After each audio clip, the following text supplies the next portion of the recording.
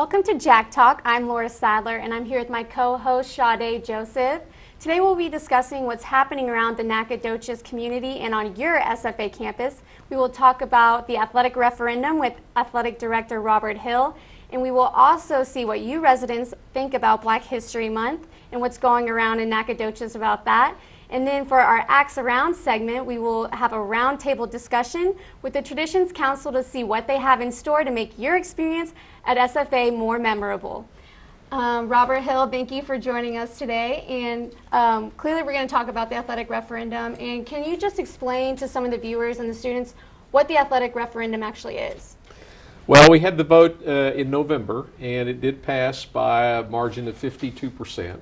Over 1,700 students voted in the election, which was really good because we were wanting at least a 10% voter turnout. Basically, what the students approved in November was the opportunity for the athletic department to begin, or really the university on behalf of the athletic department, to charge a student athletic fee. That fee would be, if everything went according to plan, would be in effect the spring of 2014.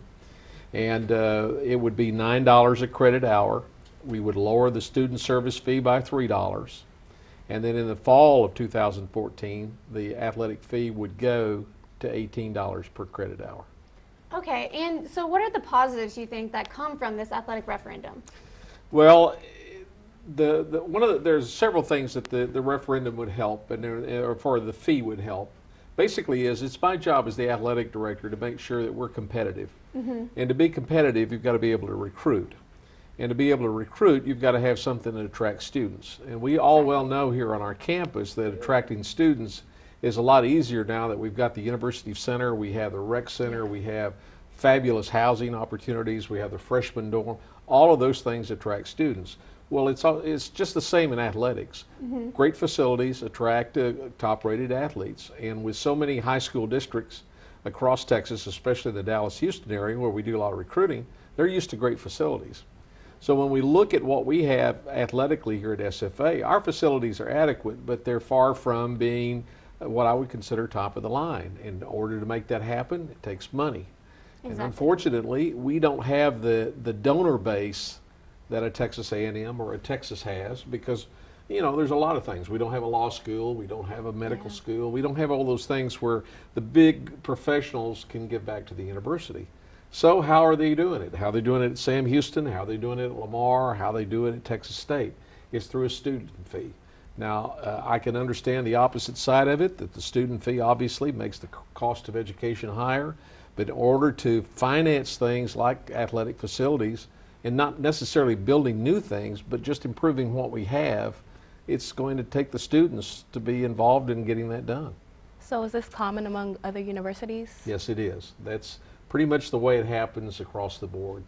You'll see the larger universities like A&M in Texas with the multi-million-dollar donations oftentimes are able to do that. But even this past week, I saw the president of Texas A&M University was calling on A&M students to help pitch in to have a student fee raised in order to enlarge Kyle Field. Wow. So it's out there, and that's the way things happen in this day and time. The state does not provide money for athletics. And I think that our school does a great job with involving students with athletics, because a lot of the games are free, and so they don't have to pay for that, where I know as bigger universities, they have to pay sports passes, which can be hundreds of dollars. But what do you think that SFA Athletics can bring for students and their experience here at SFA? Well, first off, you've got to think that whether you like it or not, the athletic department is the front porch of the university. So much attention given to the university on a day-to-day basis occurs with your athletic teams. The scores on certain games. Let me tell you, if I say Penn State right now, what do you think? Those kind of things, good or bad, they reflect on the university. So we're kind of a marketing arm, we're an advertising arm, we're a way to bring alums together. You see that happening in Houston at the Reliant football game with Sam Houston, where we had 26,000 people there. It's like another homecoming for us down there. It's a way to bring people together. At the same time, the role of intercollegiate athletics, I think, is well defined on this campus.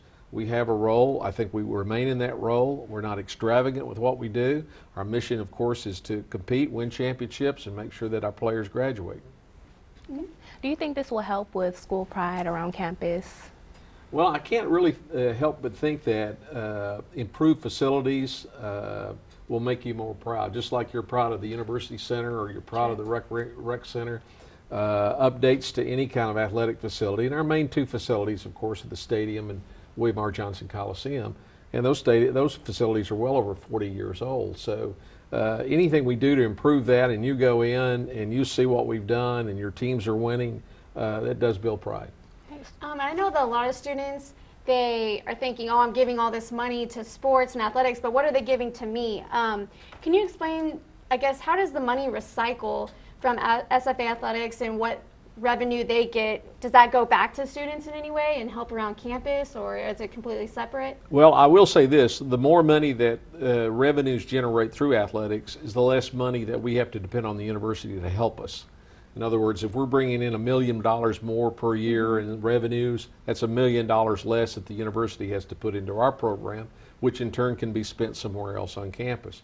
One great thing about this fee is it's not all going to go toward the improvement of our facilities. One thing that the fee will do, it will reduce, in fact, it will eliminate what we take from the student service fee, which is about $1.2 million every year. Wow. That $1.2 million now will be in the student service fee, and they'll be able to distribute that out to more people. Okay, so it's actually saving the students some money. Okay, but we actually had our reporter Will Hackney go out on the SFA campus to hear what some of you students had to say about the athletic referendum.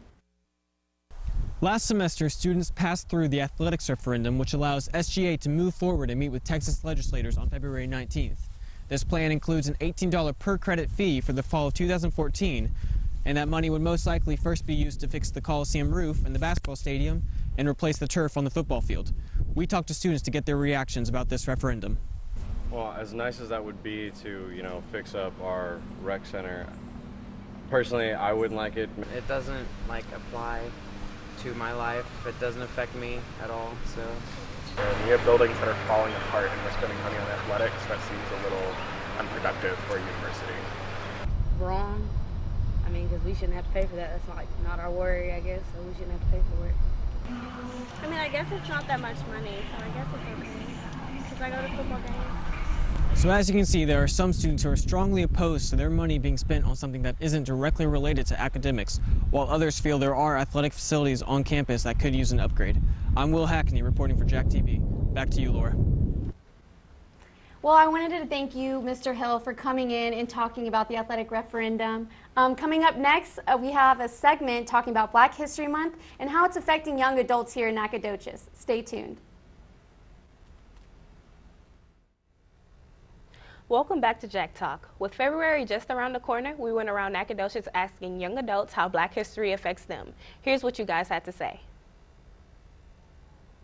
Black history, viewed constructively, proposes how we as a people understand and explore the meanings that arise from a timeline of events that pertain to a particular race or color scheme of people.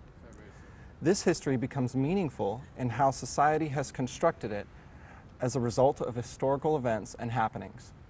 However, rather than verify one theory solely, new theories arise as the history of Black culture progresses. Black history is nothing more than an interpretation and tried understanding of a situated phenomena of history related to a set group of people.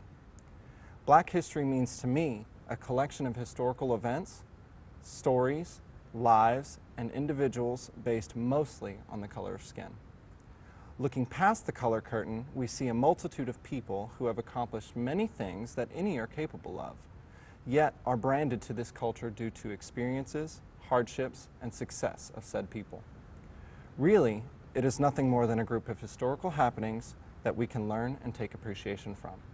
Sometimes I feel like just a month of learning it is not enough for our people to just get the full knowledge and excitement and love of what we really come from. Like our history, this is our history that we're talking about, and it means to me just, to keep that tradition going, not just 1 month, but 365 days a year, 24/7, creating new ways of history, because I mean, Black history never stops. And as Miss Juneteenth, I'm representing a modern day figure of Black history. I'm also representing the city of Nacogdoches and Stephen F. Austin State University. The community to take out of this is not only embracing the African American culture, but all cultures. It's important to be diverse and understand each other and cherish all ethnicities and our different values. Okay. Today in the studio, I have Alexander Evans and Lonnie Searles. And we're just going to discuss Black History Month and how it's affecting young adults in Nacogdoches. Just to begin with, I want to know how you feel that Black history, how is it in our culture today? I honestly feel that, you know, Black history is pretty much everywhere. It's not many places where you can't see how there is Black influence. It's in our television, it's in our music. It's basically just in our culture. It's not a subculture, it is popular culture, in my opinion. Okay. Do you feel like with the way mass media is today and how everything is accessible through phones and through the internet, do you feel like Black history has its time to, I guess, shine or be in the forefront? With Black history not necessarily being a major focus that's in school, if you really want to know your history, it's very easy to look it up through the internet and things of that nature, so you can figure out exactly where our history started, and not just slavery and civil rights movement, because that's things that I feel people mostly already know about, in my opinion. So do you feel that in our school systems today that they don't really push the topic of Black History Month and how it's still relevant? I feel that the way that Black history is in textbooks is poor. It's very poor. Yeah. The thing about it is that they start our history as if we started in slavery. And then they barely touch on Martin Luther King as if he was the only civil rights activist. My issue is that Black history does not only just touch on Black people. Black history started thousands and thousands of years ago because it started with people of color in Africa. And they don't teach a lot of that, and I feel like that's a problem because they only touch on a little bit just so you can know enough for popular culture. So who's your favorite civil rights activist? In honest opinion, my favorite civil rights activist would most likely be Malcolm X. Later on in his life, not exactly when he first started, mostly after he came back from Africa when he realized that all different people could be Muslim and things of that nature. Yeah. I respected him because he was more stuck on everyone having their rights, but understanding that there would have to be certain actions if you wanted your rights. Just like young colonists fought for their rights to have America, he felt that if needed, we should be able to fight for our rights as well. And so that sticks out to me, and I really liked it. And you guys both seem to be very passionate and involved behind the history of, you know, the Black people. And how are you guys involved on campus or in the community of SFA? Yeah, I can let you. Lonnie? Well, I attend the NAACP meetings and try to find out what we can do and figure out, like, we'll usually have events to spread the word and kind of bring more people in so we can do community service and just things of that nature to get everybody involved. Even if you're white, Mexican, Asian, whatever, you're all welcome to come to the NAACP meetings. That's actually where I met Alexander here, so that's all I can say. So what ways would you feel like our Black adults would have, well, not even Black adults, but everybody would have an opportunity to be proactive about Black history and history in general on SFA's campus? Take responsibility and search for it for yourself, because they're going to hide it from you. They're not going to tell you what's really good. That's true. Excuse me. So with that, do you feel like here on SFA's campus, do we have opportunities to learn about African American cultures? Oh yeah, most definitely. Because here at SFA, you have college students who pay to learn. So you've already got people with that initiative to go after the information. And when you get a bunch of like-minded people together and they join together, it can create some beautiful results. Okay. Exactly. I think it's really beautiful how you guys have people of all different races come together, but do you feel like there's a need for that because there's any racial tension, or? No, not necessarily. I feel that it actually reverses racial tension because ignorance is the only thing that really promotes racism. Because if you don't know a lot about another race or another people, then it's going to make you hate them. Most people hate what they don't know. So if very you true. educate people on certain situations and let them know, then they'll realize that it's not that many different things between people. Okay. So if somebody would want to get involved but they didn't know how to, how would you suggest they would do that? I would advise them to get involved with the local NAACP chapter. We meet Tuesdays at 7 o'clock in Region Suite B. Also, they have African Student Organization and various other organizations that come out of Office of Multicultural Affairs and other student services and things of that nature. Okay. Well, coming up now, we have Lonnie, who will do a little section for you called Fact or Fiction. All right, guys. I have a couple facts. Maybe they're facts, but I want you guys to participate. So it's a little game we have going on exactly, here? exactly. Okay. I'm See gonna how read. well we know our Black history? I'm going to read the information, and then I want you to say fact or fiction. Okay. All right. Let's start with William Goyens was a slave that won his freedom in court with the help of people like Thomas Jefferson, and he moved to Nacogdoches, where he was a prominent figure and made a living for himself. Fact or fiction? Alex, what do you think? Fiction. Go to the profession. You think it's fiction? Ooh. I'm not sure. It's actually a fact, my man.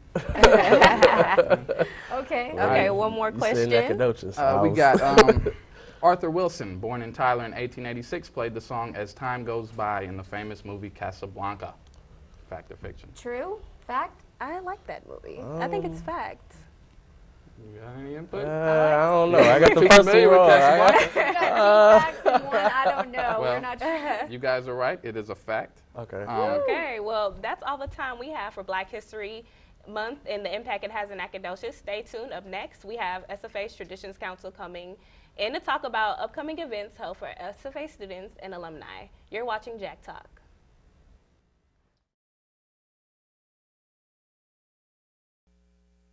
Welcome back to Jack Talk. I'm Laura Sadler. And now there are a lot of exciting things held for SFA students and alumni here on campus. And for our Acts Around segment, we sent our reporter Brianna Garlow through the SFA campus to see what traditions that we have here.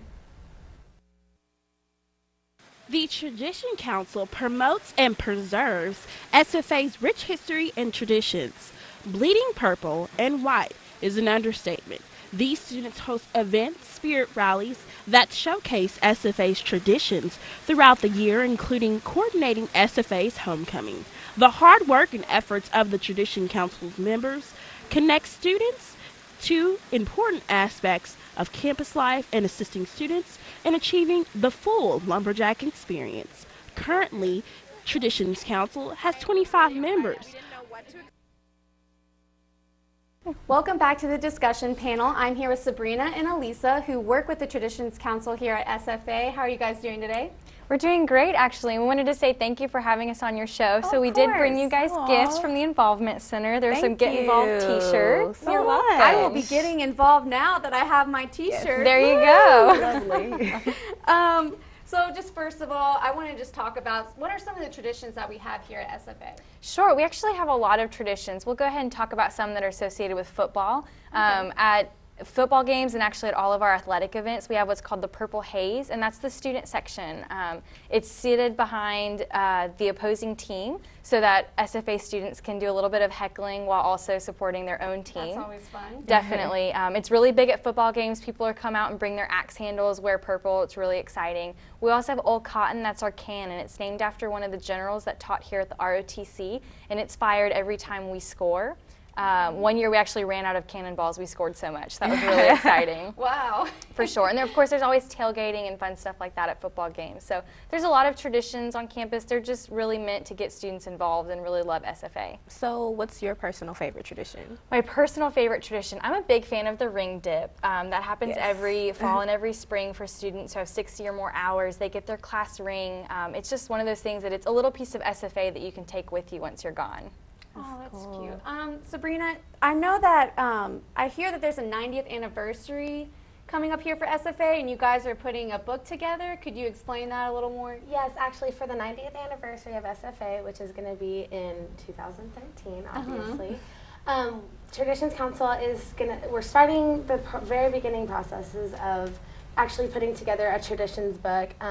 Right now, we're still getting the research done. We're actually just now starting the research. We want it to be, we're working with the East Texas Research Center. They're helping us a lot, just being able to make sure that we are getting our resources and our sources correct on the book. This will be available for alumni, students.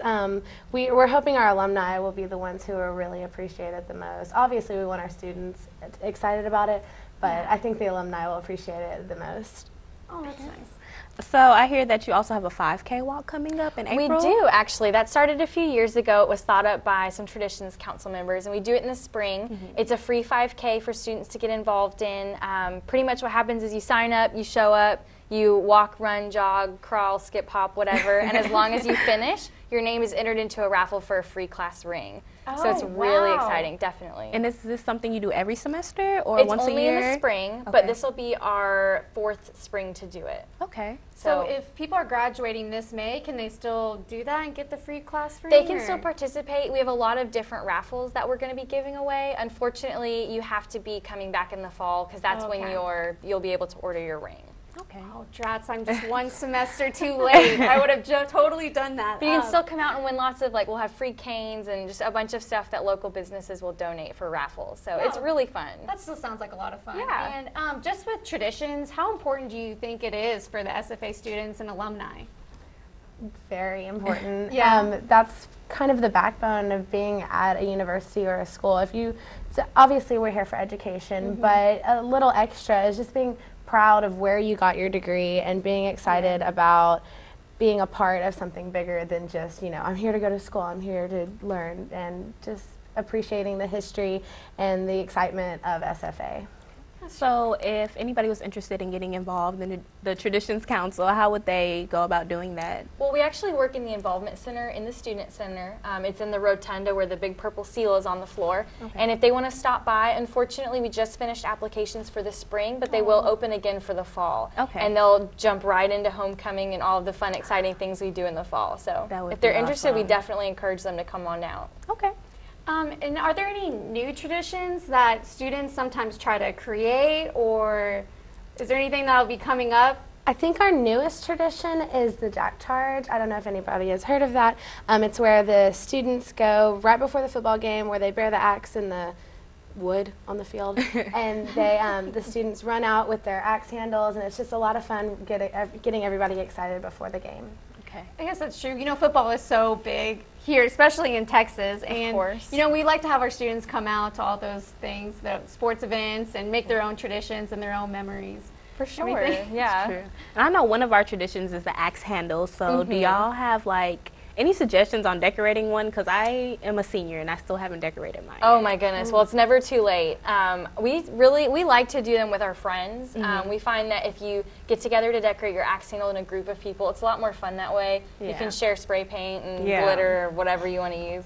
But it's so unique to you. You do whatever you want. We have people who do camo or neon colors or, rockets and fishing and all sorts of weird stuff. But some people go, strictly SFA. So it just depends on what you want to do, how you want to show your school spirit. Yeah. And I like what you guys do. Not only do you involve the students, but you keep it with the alumni so that they're still clued in what's going on at the SFA campus. How do you guys reach out to them and even keep in contact with them? Well, we work pretty closely with the Alumni Association, especially for homecoming, since that's such a big event based around the alumni. It's their coming home time. And there aren't really specific events that we have with the alumni. We just really try to coordinate, if we're in need of something that they have, they're more than willing to share with us, and we're always willing to go and ask for them for help and to offer our help to them as well for some of their events. Okay, and are you guys around campus a lot of the times promoting these type of things, or what do you guys do to try to promote yourselves and get yourselves out there and, have the students aware of what the traditions here at SFA are? I know last year for the 5K we do a lot of around campus promoting, a lot of really embarrassing stuff we do. We had a cry skit last spring, and we also had a 80s day where we kind of got out in the middle where Surfing Steve is and dressed in 80s clothes. Sweating in the oldies. It was very embarrassing. But that's what we do. We put ourselves out there, we embarrass ourselves a little bit because it attracts attention and it gets people saying, what are they doing that for? And we always have a blast with it. So. And with the 5K, I know I think I've done it once since I've been here.